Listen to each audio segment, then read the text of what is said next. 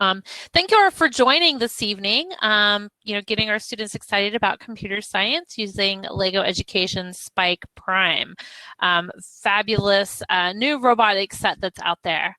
I'll also be sharing some unplugged ideas, some things that you can be doing with your students, even if you don't have a Spike Prime set, just because I know that, that teachers always love ideas, and sometimes you have bricks in your classroom, or you might have a Mindstorm set, and you're just looking for some things, some new things to do with them. So hopefully I'll be able to share lots of those ideas as well. Just a little bit about myself. So I'm Leanna Prater. I am the Professional Learning Manager for the United States for LEGO Education. I am a former classroom teacher.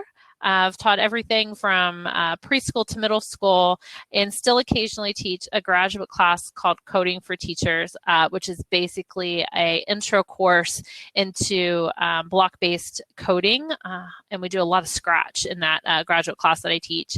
Joining me this evening, you'll see her posting hopefully some links now and then. She's a great wingman to have, is Sonya Glasper. Sonya is the account manager down in Georgia. She lives down in Georgia.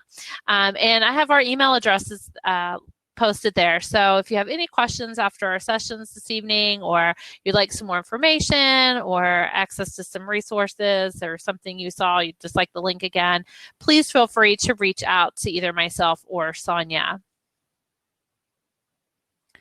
We'd be happy to help you out.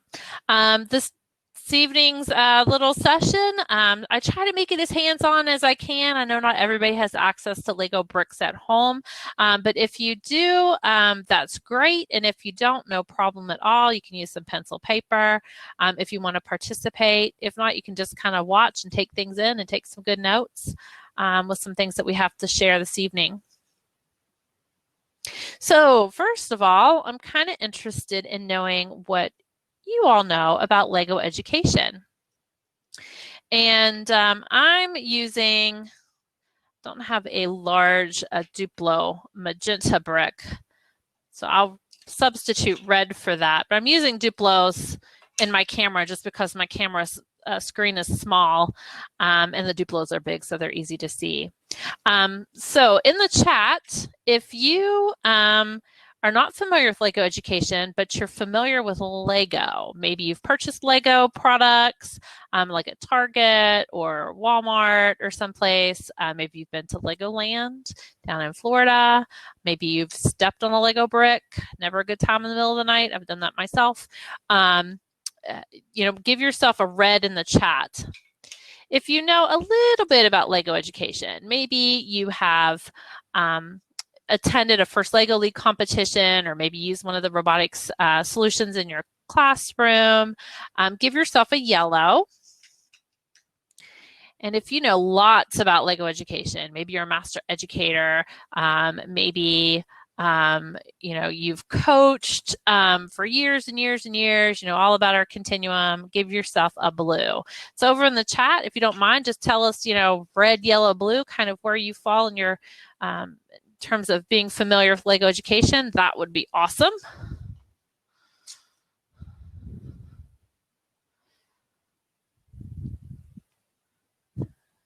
Awesome. Thank you, Dr. Johnson. The red. People in the middle. Great. So as you can still post in the chat, whether you're yellow, red, or blue, but just a little bit about us as you're doing that. LEGO Education is part of the big LEGO group. So, when you think of the LEGO group, I like to think of it as kind of three branches. You have LEGO, like the retail side, which is like Lego.com. Those are the LEGO bricks you find out, at stores. And then there is a part of LEGO, the LEGO group called the Foundation, which does a lot of research around playful learning. They do a lot of good work out in bringing play to kids all around the world. There's a fabulous amount of resources on the Foundation's website, lots of white papers and lots of just good research if you're interested in that and the work that they do. That was something I was not as familiar with until I joined LEGO Education, and it's something that I wish I would have known more about when I was in the classroom. But 25% of everything that they sell is put into the foundation for the good work that they do. And then LEGO Education was designed to support teachers in the classroom. So all of our solutions are designed for classroom use. We have free lesson plans available. Our software, if you're using any of our robotic sets, is free to download on whatever devices that you need to download them to. So those resources you can find at legoeducation.com, our lesson plans, as well as links to our software and a link to our community, which I'm going to talk a little bit here at the end of our session this evening. And because we are LEGO, by the way, play is a very important part of everything that we do. And I always say it doesn't matter if you're 3 or 93, when you're engaged in play, these things are present. So even if you reflect back to playful learning activities that you had engaged in when you were a kid, or maybe even as an adult, I play a lot as an adult myself, you'll notice these things are present, that you probably are smiling and having a good time. You're often with other people. You're usually doing things that are meaningful to you. We used to make up stuff all the time and change it up when I was little, especially making up games. It's very iterative in nature. And you're usually very actively engaged. When you're engaged in play, time kind of stands still. And we see this when kids are using our solutions in the classroom because they're so into what they're doing, right? Just a little bit of additional information I thought you might be interested in. Last year, LEGO Education did a study, or Harris Poll actually did the study around confidence in STEAM learning. I tossed computer science into that bucket as well. And the results probably are not very surprising to you as educators. They surveyed students, teachers, and parents across 5 countries. I think they had about 5,000 students and teachers, and maybe closer to 3,000, if I remember, parents. But basically what they discovered was that students are not very confident when it comes to these subjects. And I don't think that shocks anybody. However, students, teachers, and parents all agreed that hands-on learning really helps students build their confidence in areas such as computer science and STEAM. This research, by the way, is available both on the Harris Poll, and you can also find it on our LEGO Education site. So there's lots of really good data in there, especially if you're, writing grants or you're presenting information to people, talking about the importance of hands-on learning. It'll give you some great resources. And just to let you know, LEGO Education does have a continuum of both hardware and software. So we have solutions that start with our very young students in preschool, go all the way up into in the high school. So here's kind of a smattering of our hardware and how it progresses from our very little people up to the older kids. But also we have a nice progression for computer science that starts with the physical computing, moving into icon-based blocks of code, then into a text-based code experience with Scratch software, and then on into Python for our text-based programming.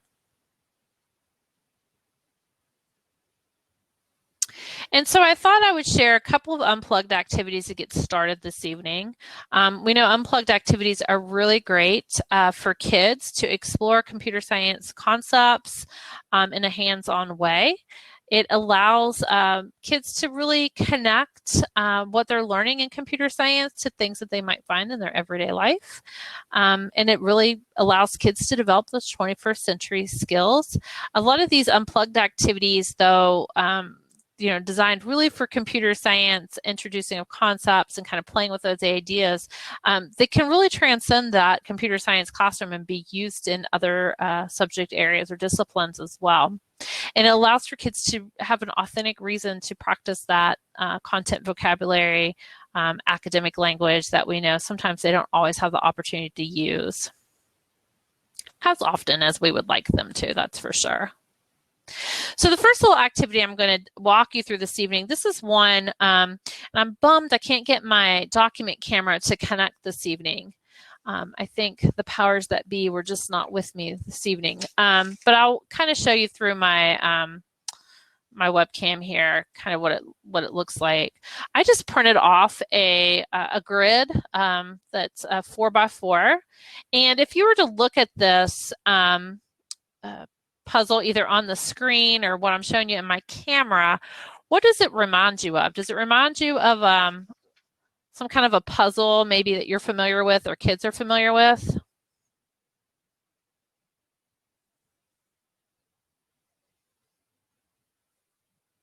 Yeah, exactly. Sudoku puzzles. So this activity I actually came across in a book, and then I modified it using Lego bricks because I really like the idea of students being able to manipulate those bricks and place them where they want to as part of the problem-solving process. But this particular Unplugged activity really focuses on this idea of computational thinking and helping kids kind of break down what computational thinking is. So, thinking through what decomposition is, what generalizing is, when I think algorithmically, all of those things. So computational thinking as a way to solve problems, I have it kind of outlined here. This is how we've identified it at Lego Education. And we have a PDF around computational thinking that was designed for WeDo, but we have some computer science activities for both Spike Prime and EV3 as well that you can find online. But the way this works is, you have your puzzle piece out. You have, I use Lego bricks. It doesn't really matter if they're the same size, as long as they're the same color in this particular instance.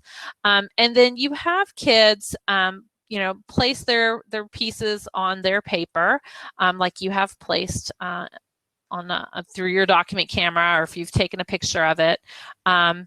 And you have them think about what steps they might need to go through to figure out what piece goes where. And so if you were going to solve this puzzle, I see Dr. Johnson's like right on it, man. Like he knows.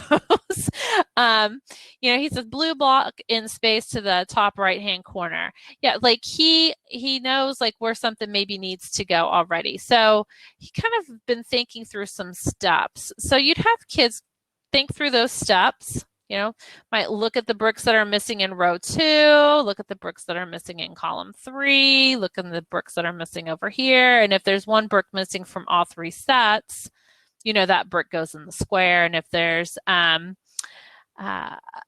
there's a second brick missing, then you know that you have to go to another square and try to see if you can figure out what goes there and then come back to that one. So you can kind of write out these directions for kids, or have them write it out actually. And then they can start to look for some patterns. If they write out the directions for solving maybe 2 or 3 of those little squares, they might say, oh, hey, we always are looking at the bricks that are missing in a particular row. And instead of writing that out every time, I could say, look at the bricks that are missing in a row and leave a blank. So that can change. So that's really kind of helping them think through that abstraction piece. So it's looking for the patterns and then abstracting from it. And then you could ask them, to write out those directions, thinking through that abstraction piece, and then test them to see if their set of directions will work to solve that puzzle. And then they can move the pieces around to see if it works to solve another puzzle. And I was thinking, well, why might you have kids do that? Well, my daughter, who I love dearly, who just graduated with her master's in computer science, actually did her whole master's thesis around this idea, that she was writing a very complex algorithm or program. I talk like I can talk at her level, but she basically told me, she said, Mom, if I could figure this out for this particular puzzle, I know that it will work for the entire class of puzzles. And if it doesn't work for this puzzle, then it won't work for any of them. And so I took that little bit of a conversation that I had with her, and I thought, you know, we could have kids test out those directions in a simple way as well, just by having them write out that algorithm and see if it works for any puzzle that's similar in nature. By the way, I'm gonna go back here real quick to let you know where this activity came from. Yeah. It's going slow here. It came from a book called Computational Thinking and Coding for Every Student, and I put the little the citation down here, but I just wanted you to know that it is a modified activity from Kiki Protzman, and I think it's Jane Krause that wrote that book. And they actually used a full-blown Sudoku puzzle, so I modified it to make it a little simpler, just using 4 colored bricks as a starting point for hands-on activities. Lots of fun there.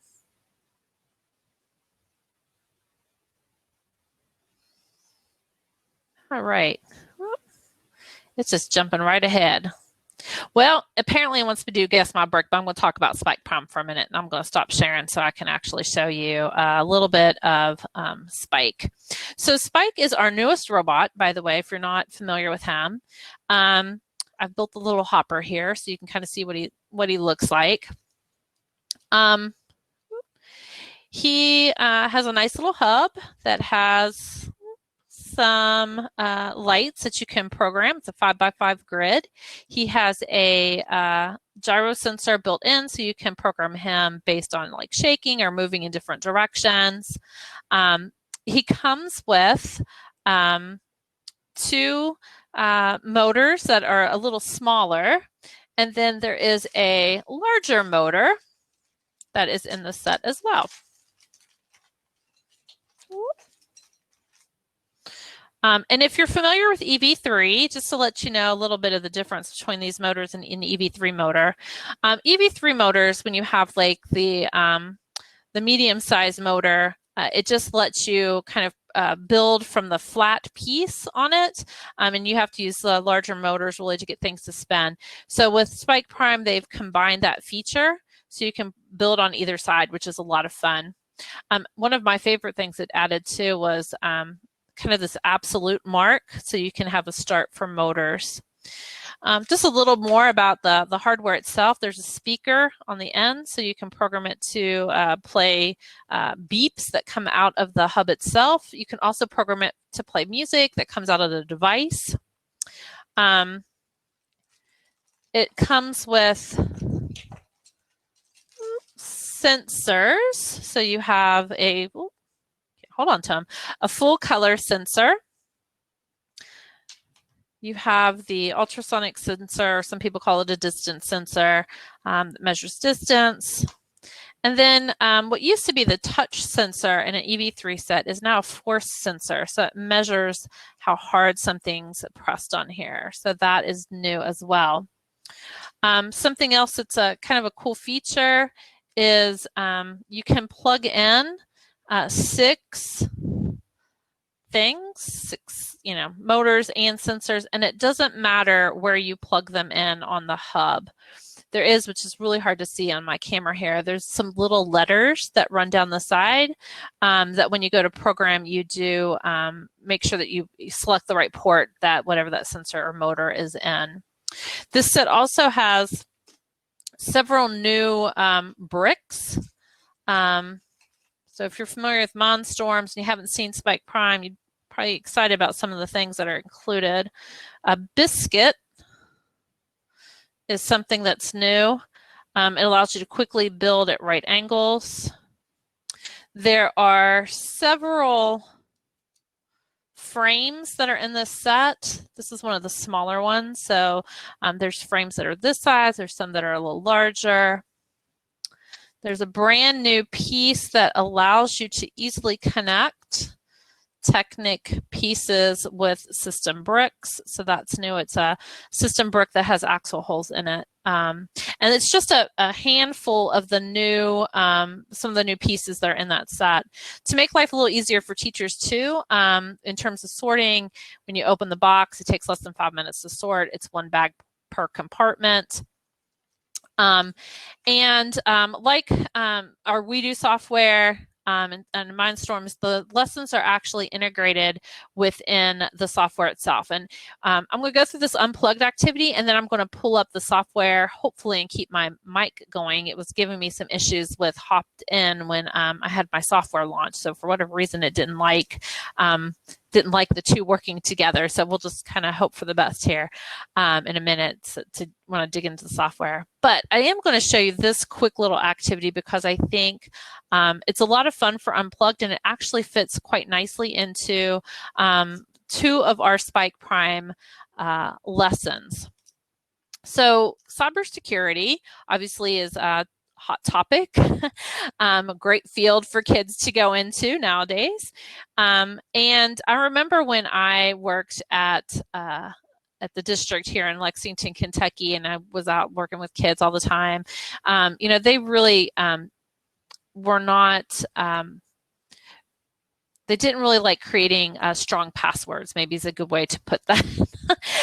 They often grumbled a little bit about why they needed to have, you know, so many characters or a capital letter or a lowercase letter and all that kind of fun stuff. So this is a fun unplugged activity that helps kids understand why that's important. So I'm just going to start with 3 bricks. Because I'm talking Spike Prime this evening, I'm just going to use 3 bricks that are out of my Spike Prime set here.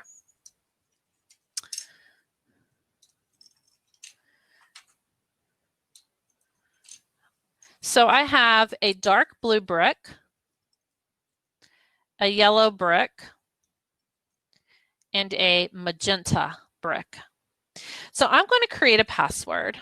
And my password is going to be 1 brick long, and it's going to be 1 color. I have only these to pick from. So it's either going to be blue, magenta, or yellow. So I've selected one that you can't see, and see if you can guess my password in the chat.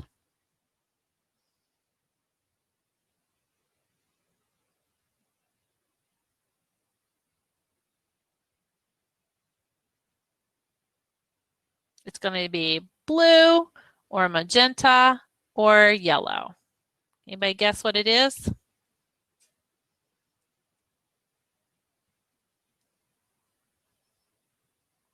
That's a good guess, Sonya.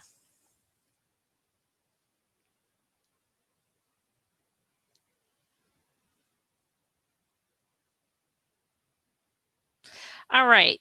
Well, my password was actually blue. And so with older kids, you can have them calculate out. You could work with a partner and say, okay, well, I had 3 bricks, 3 different colors. It was 1 color long. How many times did it take before you guessed my password, right?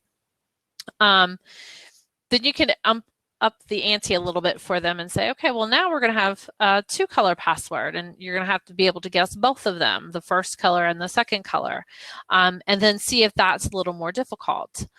You can then move into challenging kids to say, okay, well, now, you know, you got to think about brick color. You also need to think about maybe the function of the brick or the number of studs, kind of whatever it is that you have available.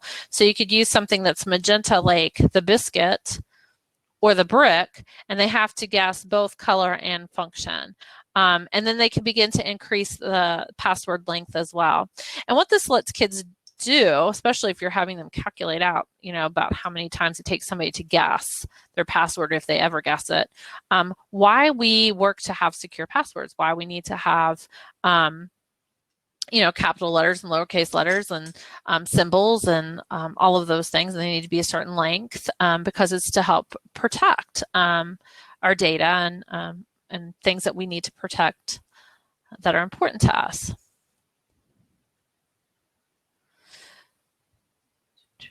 So this little activity around guessing the brick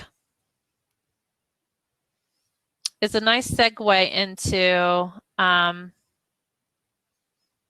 two of our Spike Prime lessons called Keep It Safe and Keep It Really Safe. So these lessons allow kids to kind of explore this idea of how to use conditional statements to make a little safe there that makes it hard for someone to crack. So they begin to think about that cybersecurity piece in reference to programming. Couple other things before I jump right into the Spike Prime software that I want to share with you all. Real quick here, let's see if I can pull it up. First of all, before I forget, I wanted you to know that we have a LEGO Education Studio on Scratch that doesn't require any hardware or anything to use. It is Spike inspired, so Spike Prime inspired. So the sprites that you see in the remixable project actually is a model that we have with our Spike software, Spike build called the Grasshopper. There are Lego inspired costumes for a lot of these things. We have a nice little city that looks like bricks. You know, we have the trees and some light posts and several different backgrounds. And the kind of the prompt that we had that went with this particular project was for students to create a journey with LEGO Education. So if you find yourself in a virtual space and you're looking for some fun, free things to do during Hour of Code or CS Week, just know that this resource is out there. And like I said, it's, you know, it's on the Scratch 3.0. You don't have to have any LEGO materials or anything really to do it, but it also makes a nice companion if you do have a Spike set as an intro activity or a virtual activity that you can do prior to jumping into a lesson we have called Hopper. So I just wanted you to know that was there. The other thing I wanted to share with you real quick is our LEGO Education community. So our LEGO Education community is a place that's free for educators to join. It's a great way to build your professional learning network. And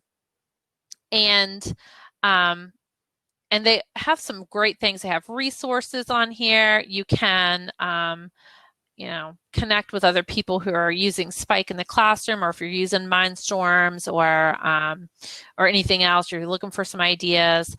They have some webinars, and every now and then they'll have just some really cool events in the community. So I just wanted to make sure that you were aware that that was there and that it's free to join.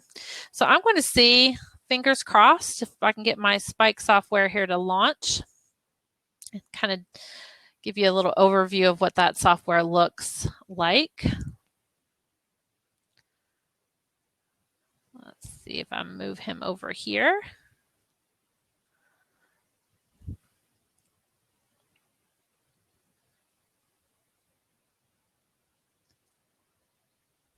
He's loading slowly.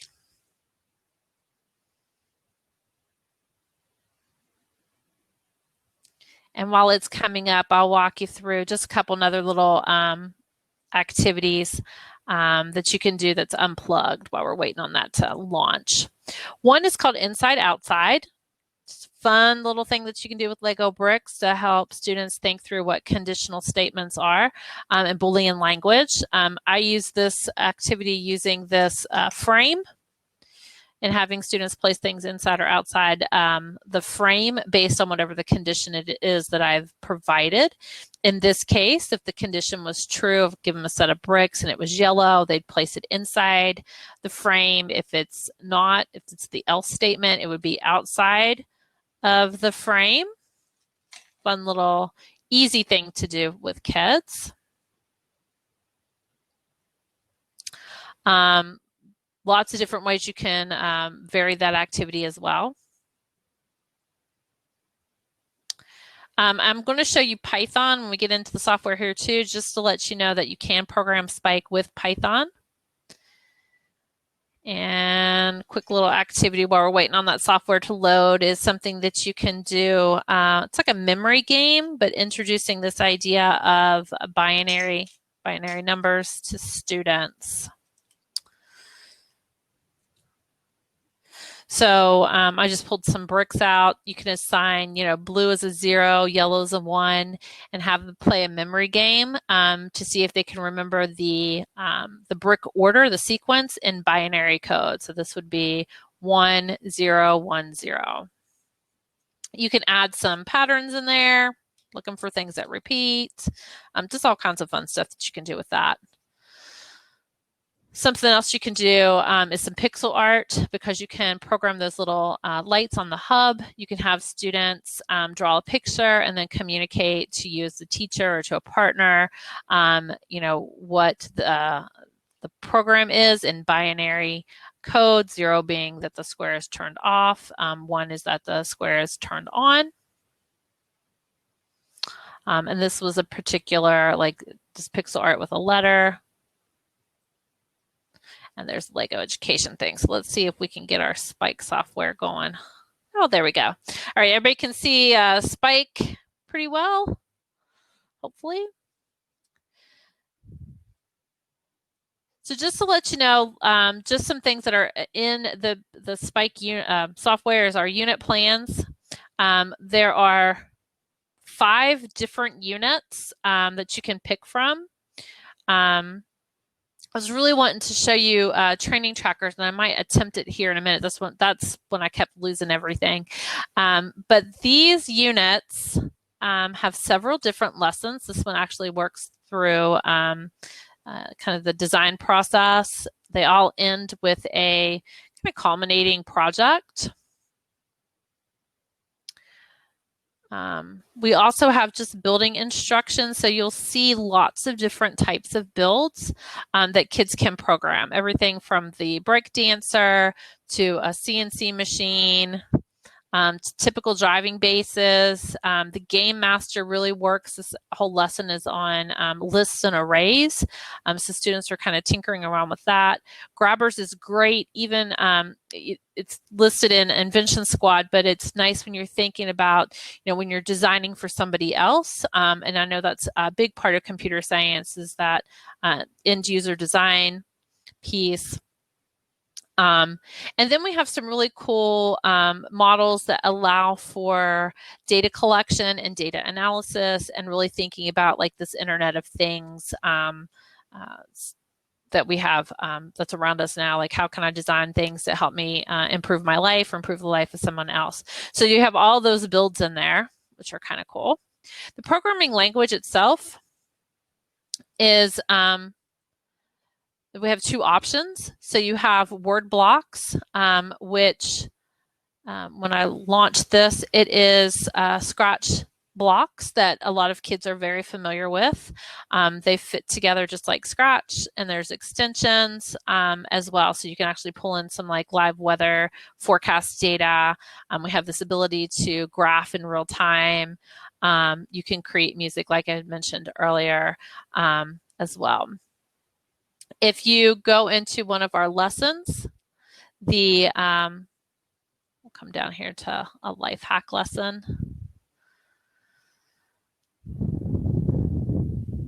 It's the little weatherman. It will pop up a tutorial off to the side and walk students step by step through an activity, including building, giving them a little bit of programming blocks to start with that then they can iterate on. The lessons also will not show the entire palette of blocks. They only want kids to see initially what it is that they need maybe to do that activity. But if they wanted to see the entire palette, they can open that up, and then you can see the all of the blocks that are available. So really it's just kind of depending on the student. The other thing that you can program in, like I mentioned earlier, is Python. So you can click on Python. It will open up the Python experience for students. The knowledge base sits over where, if you're in a lesson, the tutorials are over off on the side. This is our knowledge base. It does have a nice little activity for getting started, for helping students kind of get acclimated to this Python experience. And then it lists, all of the code that they would need to do some particular things. You can actually copy and paste from here over into the Python programming area over here, which is nice. The hub itself will hold 19 programs, and so you have down here where you can download and run things. So I'm going to go back here. I know we just have a couple minutes, and if I lose people, I apologize up front, but I did want to just show you kind of the cool training trackers if we can get it going. I did make the yoga ball. So, yoga ring. I keep calling it a ball. Let you know exactly how much yoga I really do. Made the yoga ring, which took me about 10 minutes to build. So the builds are pretty fast. And this actually goes with this lesson called Stretch with Data, which is kind of cool. So what it has students do is, you build this with your partner. They do some activities with this yoga ring, moving it up over their head, and then there's another one where they're moving it off to the side. And when they download the program and run it, I have my programs in French, it will track data for them. So you have to run through Bluetooth connectivity if you're running live data, but as you move the yoga ring, it will actually graph based on what you're asking it to look at, the pitch or the yaw or the roll, which is a lot of fun.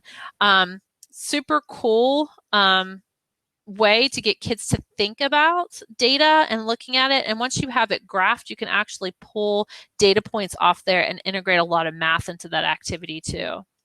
But then you can, ask kids talk about, who might use this information, who, a yoga instructor might find it helpful, or even somebody maybe who does physical therapy. If they notice that people's, graph lines are looking a little wonky, that there's a reason for that. And I picked up on that myself. I have a shoulder injury, and when I was doing the move where you lift it up over your head, my graph was having an issue, and I thought, oh, it's picking up where I have a kind of a little delay in lifting my arm up like that, which was kind of cool. So just to let you know, the Spike software, free to download. You can download it and check it out if you want to check out the lessons, things like that. The Unplugged Activities that I shared this evening are really great segue activities into a lot of these lessons that allow kids to kind of explore a little bit. And don't forget that we have that Scratch experience up there if you don't have anything yet, or you're looking for some ways for kids to kind of play around with Scratch language prior to jumping into Spike Prime, that's up there as well.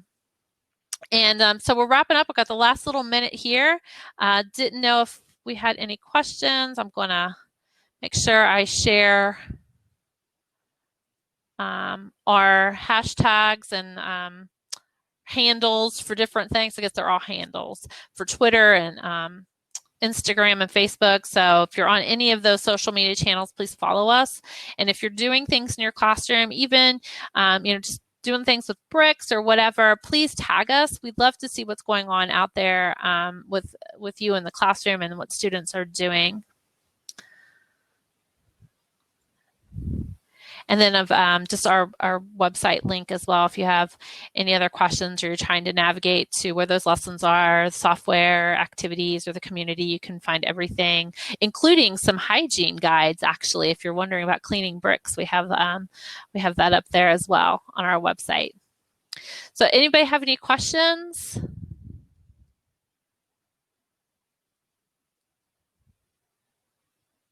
Right. I appreciate your patience with me this evening. Technology is always, seems like I've had hiccups this evening. So I appreciate your patience, and I got reconnected earlier.